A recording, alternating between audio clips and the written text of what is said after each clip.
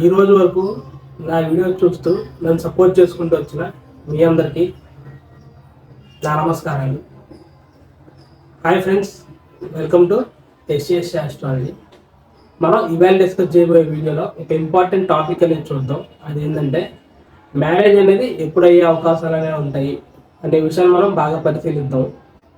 Marriage కోసం wait చేసే వారికి, అలాగే ఎన్నో ప్రయత్నాలు చేసి మ్యారేజ్ అవ్వట్లేదు అనే డిసప్పాయింట్మెంట్లో ఉన్న వాళ్ళకి ఇది ఒక మంచి వీడియో అని చెప్పొచ్చు. ఎందుకంటే ఈ వీడియోలో మనం ఎప్పుడు అవుతుంది అని డిస్కస్ చేయడమే కాకుండా అయిన తర్వాత వివాహ జీవితం అనేది ఎలా ఉంటుంది, దాంపత్య జీవితం అనేది సుఖంగా బలంగా ఉంటుందో లేదో అని ఒక ఎగ్జాంపుల్స్ తీసుకుని మరి చూద్దాం. అది తీసుకునే ఎగ్జాంపుల్స్ కూడా పాజిటివ్ పద్ధతిలో ఒకటి తీసుకుందాం. అలాగే మ్యారేజ్ లైఫ్ అనేది ఒకవేళ నెగిటివ్గా ఉంటే అప్పుడే కాంబినేషన్స్ వల్ల నెగిటివ్గా ఉంటుంది అనే ఒక ఎగ్జాంపుల్ ద్వారా కూడా మనం పరిశీలిద్దాం.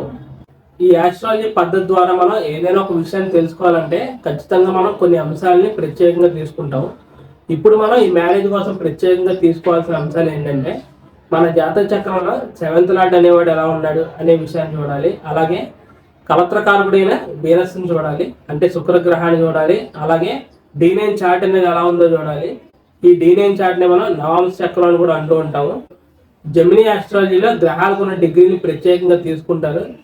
దాని ప్రకారం అన్నిటికన్నా తక్కువ డిగ్రీలో ఉన్న గ్రహాన్ని మనం దారకారకుడు అని చెప్తూ ఉంటాము. వేదిక్ ఆస్ట్రాలజీలో శుక్రగ్రహాన్ని కలత్రకారకుడుగా ఎంత ఇంపార్టెన్స్ అయితే మనం మ్యారేజ్ చేస్తామో అందులో కూడా దారకారకుడు అంటే రాహుకేతు గ్రహాన్ని మినహాయించి మిగిలిన అన్ని గ్రహాల్లో ఏ గ్రహానికి అన్నింటికన్నా తక్కువ డిగ్రీ ఉంటే ఆ గ్రహాన్ని మనం దారకారకుడుగా తీసుకుంటాము. ఆ గ్రహం మ్యారేజ్ గురించి మాత్రమే కాదు, ఆ వచ్చే భార్య అవ్వచ్చు, భర్త అవ్వచ్చు, వాళ్ళు ఏ విధంగా ఉంటారు అనే విషయాన్ని కూడా ఇండికేట్ చేస్తుంది. ఇక తర్వాత మనం ఏం చూడాలంటే దశలను చూడాలి. అంటే మనకి ఏ మహర్దశ నడుస్తుంది, అందులో ఏ అంతర్దశ నడుస్తుంది అనే విషయాన్ని చూడాలి.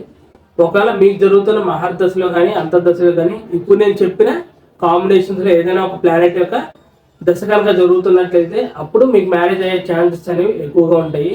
అంటే సప్తమాధిపతి యొక్క దశ జరుగుతున్నా, లేకపోతే శుక్రుడి యొక్క మహాదశ కానీ అంతర్దశ కానీ జరుగుతున్నా, దారకారకుడి యొక్క దశలు ఏమైనా జరుగుతున్నా, కొంతమందికి డైరెక్ట్గా సప్తమ స్థానంలోనే గ్రహాలు ఉంటాయి. ఒకవేళ ఆ గ్రహ దశలు కూడా యాక్టివేషన్లోకి వస్తే అవి కూడా ఒకసారి మ్యారేజ్ అనేది ఇచ్చేదానికి అవకాశాలు అనేవి ఉంటాయి. లేకపోతే ఏదైనా గ్రహం అనేది బలంగా సప్తమాధిపతిని కానీ సప్తమ స్థానాన్ని కనుక చూస్తున్నట్లయితే ఒక్కోసారి ఆ గ్రహం దశల్లో కూడా మనకి మ్యారేజ్ అనేది అవుతుంది. నవాంశ చక్రంలో సప్తమాధిపతి యొక్క దశలు జరుగుతున్నా కూడా మ్యారేజ్ అనేది అవుతుంది. ఇప్పుడు నేను చెప్పిన విషయాలన్నీ మీ డేట్ ఆఫ్ బర్త్ ఆధారంగా మీ లగ్నాన్ని అనుసరించి ఈ ఫలితాలు అనేవి ఉంటాయి. ఇప్పుడు మనం ఏం చేద్దాం అంటే ట్రాన్సిట్ని బట్టి మ్యారేజ్ అనేది ఎప్పుడు అవుతుంది అనే విషయాన్ని చూద్దాం. ఈ ట్రాన్సిట్నే మనం ఏమంటాం అంటే గోచారం అంటాం. దీనివల్ల చిన్న అడ్వాంటేజ్ ఏంటంటే కొంతమందికి డేట్ ఆఫ్ బర్త్స్ అనేవి ఉండవు. ఓన్లీ వారికి వాళ్ళ నక్షత్రం మరియు రాశి మాత్రం తెలుస్తుంది. వారికి ఈ కాన్సెప్ట్ అనేది ఉపయోగపడుతుంది. ఎందుకంటే మనం ఓన్లీ రాశులను అనుసరించి ఈ గోచార ఫలితాలు చెప్తాం కాబట్టి మీ రాశిని 1వ స్థానంగా భావిస్తూ ప్రస్తుతం జరుగుతున్న గోచారం ప్రకారం ఒకవేళ గురుగ్రహం 1వ స్థానంలో కానీ 5లో కానీ సప్తమ స్థానంలో మరియు 11వ స్థానంలో కనుక సంచరిస్తున్నట్లయితే అప్పుడు మీకు మ్యారేజ్ అనేది అయ్యేదానికి ఎక్కువగా అవకాశాలు అనేవి ఉంటాయి. ఆయన యొక్క విశేష దృష్టి అయిన పంచమం కానీ భాగ్య దృష్టితో ఒకవేళ మీ సప్తమాధిపతిని గోచారంలో చూసినా కూడా అప్పుడు కూడా మీకు మ్యారేజ్ టైం అనేది ట్రిగర్ అయింది అని అయితే మనం అర్థం చేసుకోవాలి. ఒకవేళ ఆ శుక్రుడి యొక్క గోచారం అనేది కూడా ఈ విధంగానే 1, 5, 7, 11 స్థానాల్లో కనుక ఉంటున్నా అప్పుడు మనకి ఏమవుతుందంటే ఏదైనా లవ్ రిలేషన్స్లోకి వెళ్ళడం, మనం ప్రేమించిన వాళ్ళు బాగా దగ్గర అవడం, ఆ లవ్ అండ్ బాండింగ్ అనేది పెరగడం, ఇటువంటి ఫలితాలను ఇస్తాడు. ఈ విధంగా మనం గోచారాన్ని అనుసరించి కూడా ఫలితాలు చెప్పచ్చు. అలాగే ఇంకో ముఖ్యమైన విషయం ఏంటంటే ఈ వివాహం విషయంలో మగవారికి అయితే శుక్రగ్రహాన్ని, ఆడవారికి అయితే గురుగ్రహాన్ని ప్రధానంగా తీసుకుంటాం కాబట్టి ఆయా జాతకాలను బట్టి మనం ముందుగా ఈ గ్రహాలకి ఎక్కువగా వాల్యూ అనేది మనం ఇవ్వాలి. వివాహం ఈ సమయాల్లో లేకపోతే ఈ దశల్లో అవుతుంది అని చెప్పారు, బాగానే ఉంది. మరి ఆ వచ్చే టైం అనేది మనకి ఎర్లీగా ఉందా, లేకపోతే మీడియంగా ఉందా, లేకపోతే లేట్ మ్యారేజ్ అయ్యేదానికి ఏమైనా అవకాశాలు ఉన్నాయా అనే విషయాన్ని మనం వద్దాం. ఇప్పుడు మీ జాతకాల్లో ఎర్లీ మ్యారేజ్ మనం ఎలా ప్రిడిక్షన్ చేయాలి అనే విషయాన్ని చూద్దాం. అంటే ఎర్లీ మ్యారేజ్ అంటే ఒక 18 సంవత్సరాల నుంచి 20 సంవత్సరాల లోపు అవ్వచ్చు, అది మగవారికైనా ఆడవారికైనా. సో అటువంటి మ్యారేజ్ అనేది ఎప్పుడు అవుతుంది అనే విషయానికి వచ్చినట్లయితే ఫర్ ఎగ్జాంపుల్గా శుక్రగ్రహం మీకు లగ్న స్థానంలో కానీ సప్తమ స్థానంలో ఉన్నా, ఒకవేళ చంద్రుడు సప్తమంలో ఉన్నా, మీ లగ్నానికి శుభగ్రహాల ప్రభావంలో ఆయన ఉన్నా, లేకపోతే ఆ సప్తమ స్థానం అనేది శుభగ్రహాలకు వీక్షణలో కనుక ఉన్నట్లయితే అప్పుడు ఆ పర్సన్స్ అనే వాళ్ళకి మ్యారేజ్లో అసలు ఎటువంటి డిలే అనేది ఉండదు. వాళ్ళు కనుక బలంగా మానవ ప్రయత్నం కనుక చేసినట్లయితే 18 నుంచి 20 సంవత్సరాలకు అయ్యేదానికి ఎక్కువగా అవకాశాలు అనేవి ఉన్నాయి. తర్వాత యావరేజ్ మ్యారేజ్ టైంని మనం ప్రెడిక్షన్ చేద్దాం.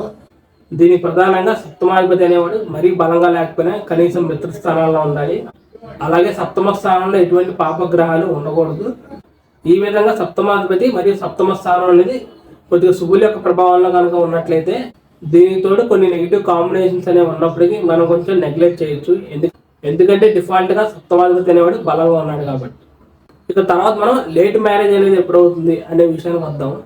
ఎవరికైనా ఫర్ ఎగ్జాంపుల్గా సప్తమ స్థానంలో శనిగ్రహం ఉన్నా, లేకపోతే ఛాయాగ్రహాలైన రాహుకేతు గ్రహాలు ఉన్నా, కలత్ర కారకుడైన శుక్రగ్రహం బలహీనంగా ఉన్నా, లేకపోతే సప్తమాధిపతి అనేవాడు దుస్థానంలో కనుక ఉన్నట్లయితే, అంటే ఫర్ ఎగ్జాంపుల్గా సప్తమాధిపతి అనేవాడు 6, 8, 12 స్థానాల్లో కనుక ఉన్నట్లయితే వాళ్ళకి ఎక్కువగా లేట్ మ్యారేజ్ అనేది అయ్యేదానికి అవకాశాలు అనేవి ఉంటాయి.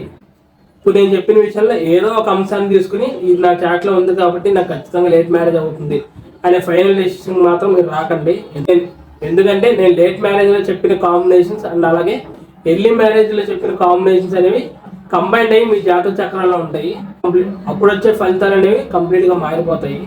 అందుకనే నేను ప్రతి వీడియోలో ఏం చెప్తానంటే మనం కంప్లీట్గా చార్ట్ అనాలిసిస్ చేస్తే తప్ప ఫైనల్ డెసిషన్కి రాలేము అనేది చెప్తూ ఉంటాను.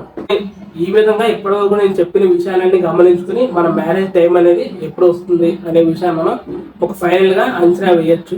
ఇప్పుడు మనం ఏం చేద్దామంటే ఆ మ్యారేజ్ టైం అనేది వచ్చింది, మ్యారేజ్ అనేది అయింది. సో మ్యారేజ్ తర్వాత భార్యాభర్తల మధ్య అన్యోన్యత అనేది ఎంతవరకు ఉంది అనే విషయాన్ని మనం వద్దాం.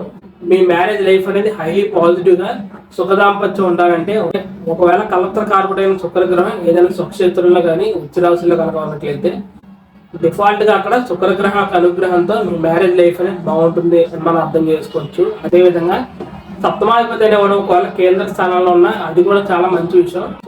అలాగే కొంతమంది జాతకాల్లో చంద్ర శుక్రగ్రహాలు కలిసి ఉంటారు, అది కూడా చాలా మంచి కాంబినేషనే. ఓన్లీ ఈ విషయాలు మాత్రమే కాకుండా ఇందాక నేను చెప్పే విధంగా నవాంశ చక్రాన్ని అలాగే ఈ సప్తమ స్థానం మీద శుభగ్రహాల ప్రభావాన్ని దారకారకుని నవాంశ చక్రంలో సప్తమాధిపతి అనేవాడు ఎంతవరకు బలంగా ఉంటాడు, అప్పుడు మన మ్యారేజ్ లైఫ్ అనేది హైలీ పాజిటివ్ ఉంది అని మనం అర్థం చేసుకోవచ్చు. ఒకవేళ ఇలా కాకుండా ఎవరికైనా సప్తమాధిపతి బలంగా ఉంటూ అలాగే శుక్రగ్రహం కొద్దిగా అనుకూలంగా ఉండి జాతకంలో పాపగ్రహాల ప్రభావం అనేది సప్తమ స్థానం మీద కానీ సప్తమాధిపతి మీద కానీ ఉన్నట్లయితే అప్పుడు వారి యొక్క మ్యారేజ్ అనేది సాధారణంగా ఉంటుంది. ఇంకొంతమందికి ఎలా ఉంటుందంటే D1 చార్ట్లో ప్లేస్మెంట్స్ అనేవి బాగుంటాయి, కానీ D9 చార్ట్లో ప్లేస్మెంట్స్ అనేది ఆపోజిట్గా చాలా నెగిటివ్గా ఉంటాయి. దాన్ని మనం ఏ విధంగా అర్థం చేసుకోవచ్చు అంటే D1 చార్ట్ అనేది బాగుంది, D9 చార్ట్ అనేది బలహీనంగా ఉంది కాబట్టి సో అప్పుడు కూడా మ్యారేజ్ లైఫ్లో అప్స్ అండ్ డౌన్స్ అనేవి ఉంటూ ఉంటాయి. అలాగే చివరిగా కలత్ర బంధం అనేది ఎవరికి బలహీనంగా ఉంటుంది అనే విషయాన్ని మనం వద్దాం. ఫర్ ఎగ్జాంపుల్గా మీ సప్తమాధిపతి కానీ లేకపోతే కలత్రకారకుడైన శుక్రగ్రహం ఏదైనా సూర్యగ్రహం వల్ల అస్తంగతం పొందిన లేకపోతే ఎటువంటి శుభుల యొక్క ప్రభావం లేకుండా వాళ్ళు నీచ స్థానంలో డిఫాల్ట్గా కనుక ఉన్నా, సప్తమ స్థానంలో రాహుకేతు గ్రహాలు ఉన్నాయి, అలాగే నవాంశ చక్రంలో సప్తమాధిపతి బలహీనంగా ఉన్నాయి, ఇక చివరిగా సప్తమాధిపతికి దుస్థానాలతో సంబంధం కనుక ఉన్నా, అంటే సప్తమాధిపతి అనేవాడు 6, 8, 12 స్థానాల్లో ఉంటే అది కూడా అంత మంచి విషయం కాదు. అందులోనూ ఈ 3 స్థానాల్లో 12వ స్థానం మనం హైలీ నెగిటివ్ స్థానంగా మనం తీసుకుంటాము. ఇక 8వ స్థానం డిఫాల్ట్గా పాపస్థానం అయినప్పటికీ ఒక్కోసారి అష్టమ స్థానం నుంచి మనకి పాజిటివ్ ఫలితాలు మరియు నెగిటివ్ ఫలితాలు కూడా వచ్చేదానికి అవకాశాలు ఉంటాయి. కాబట్టి సో 8వ స్థానం అనేది కొంతవరకు పర్వాలేదు, కానీ 6వ స్థానం అనేది భవత్-భవ కాన్సెప్ట్ ప్రకారం సప్తమ స్థానం నుంచి 12వ స్థానం అవుతుంది. కాబట్టి సో 6వ స్థానం 8వ స్థానంతో పోలిస్తే ఇంకా నెగిటివ్గా ఉందని మనం అర్థం చేసుకోవచ్చు. ఇప్పుడు మనం ఏం చేద్దాం అంటే ఇప్పటివరకు చెప్పిన విషయాలన్నీ కంబైన్ చేస్తూ ఒక పాజిటివ్ ఎగ్జాంపుల్ అనేది తీసుకుందాం. మ్యారేజ్ అనేది ఒక పర్సన్కి బాగుంది, కరెక్ట్ టైంలో వాళ్ళకి జరుగుతుంది, అలాగే జరిగిన తర్వాత ఆ లైఫ్ అనేది చాలా పాజిటివ్గా ఉంటుంది. ఇక్కడ నేను మీన లగ్నాన్ని తీసుకున్నాను, అలాగే సప్తమాధిపతి అయిన బుధ గ్రహాన్ని లాభస్థానంలోను, అలాగే డిఫాల్ట్గా ఇక్కడ కలత్రకారకుడైన శుక్రగ్రహాన్ని కూడా లాభస్థానం తీసుకున్నాను. ఇక స్థాన బలం విషయంలోనూ శుక్ర బుధ గ్రహాలు ఒక మిత్ర స్థానంలో బలంగానే ఉన్నారు. దానితో ఈ లగ్నానికి శుభుడుగాను అలాగే రాజయోగాన్ని ఇచ్చే ఈ గురుగ్రహానికి దృష్టి అనేది కూడా ఇక్కడ బుధుడి మీద శుక్రుడి మీద ఉంది. ఓన్లీ ఆస్పెక్ట్ మాత్రమే కాదు, గురుగ్రహం ఇక్కడ ఉచ్చ స్థానంలో చాలా బలంగా ఉన్నాడు.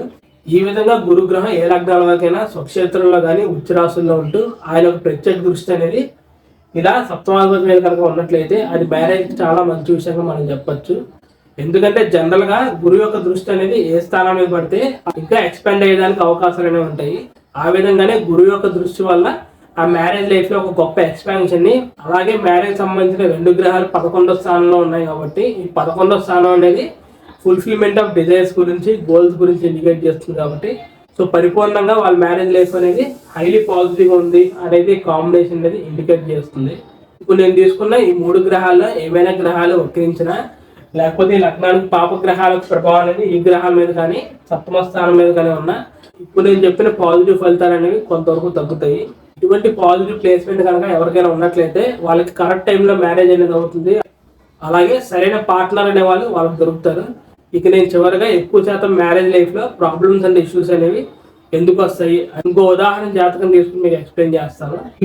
ఈ విషయాన్ని చెప్పడానికి నేను ఇక్కడ వృశ్చిక లగ్నాన్ని ఎగ్జాంపుల్గా తీసుకున్నాను. అలాగే ఈ లగ్నానికి 7వ అధిపతి శుక్రగ్రహం 6వ స్థానంలో, అలాగే 7మంలో ఈ లగ్నానికి ప్రధాన పాపగ్రహాలైన శని రాహువుని తీసుకున్నాను.